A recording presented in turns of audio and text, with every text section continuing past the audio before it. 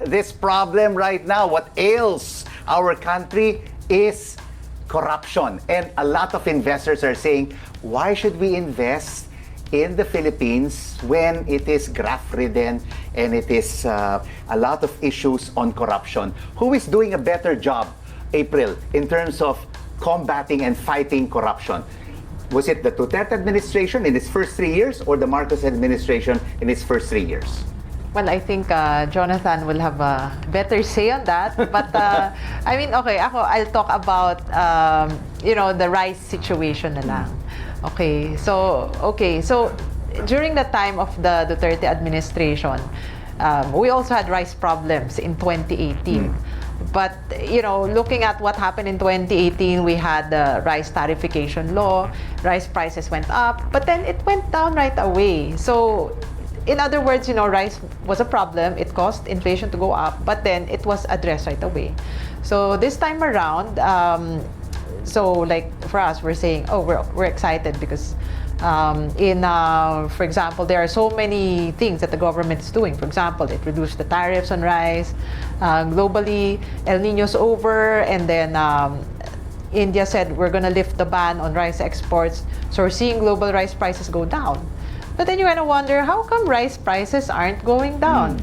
So, in that respect, I would say that, if corruption was the answer to, the reason why rice prices aren't going down, then in that respect, I could say Duterte did a better job.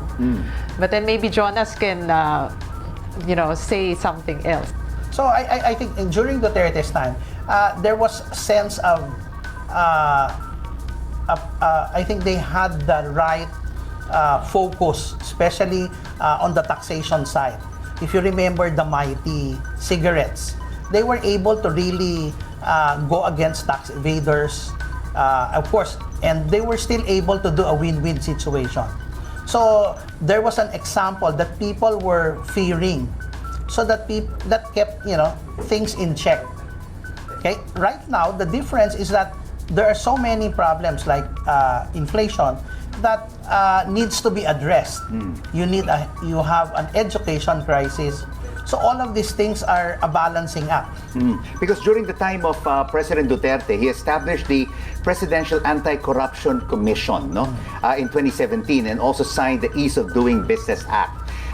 President Rodrigo Duterte fires another government official. Without naming the official, Duterte said he fired an undersecretary of the Department of Budget and Management, or DBM.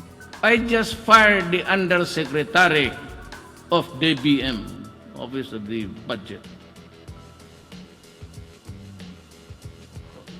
I was lucky because there were so many people. I wanted to slap him. I even stood up to wanted to keep him in the face. Fired him for corruption.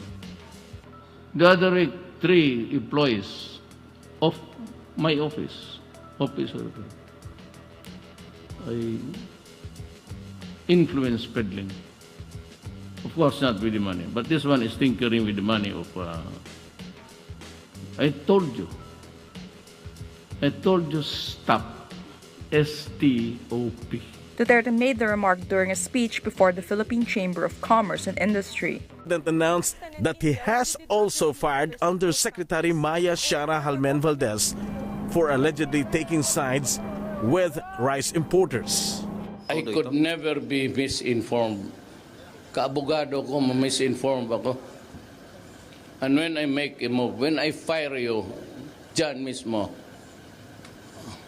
alam ko ang ginagawa ko. On February 24, Duterte announced he's firing the administrator of National Irrigation Administration, Peter Lavinia, on suspicion of corruption. Lavinia was Duterte's spokesman during the campaign.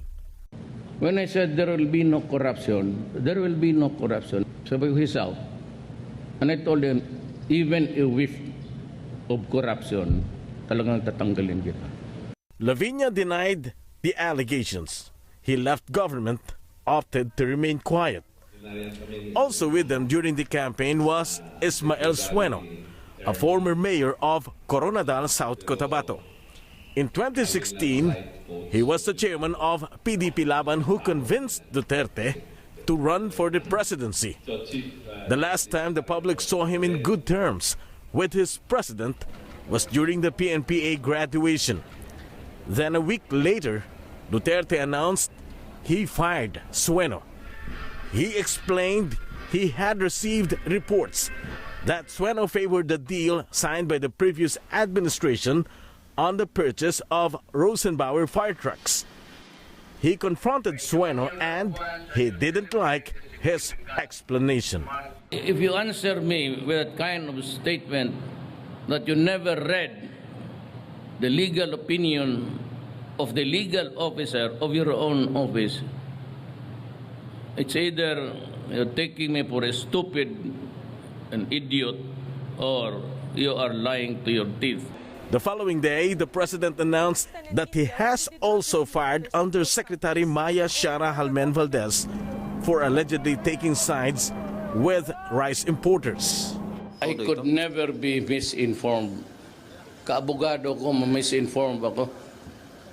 And when I make a move, when I fire you, dyan mismo, alam ko ang ginagawa ko. Pagka kinurap mo yan kung sinong sunduin kita ng helicopter, papuntang Manila, tatapon kita sila. Nagawa ko naman yun, ma'am. Bakit hindi ko gawin uli? Kill. Talagang papatayin kita.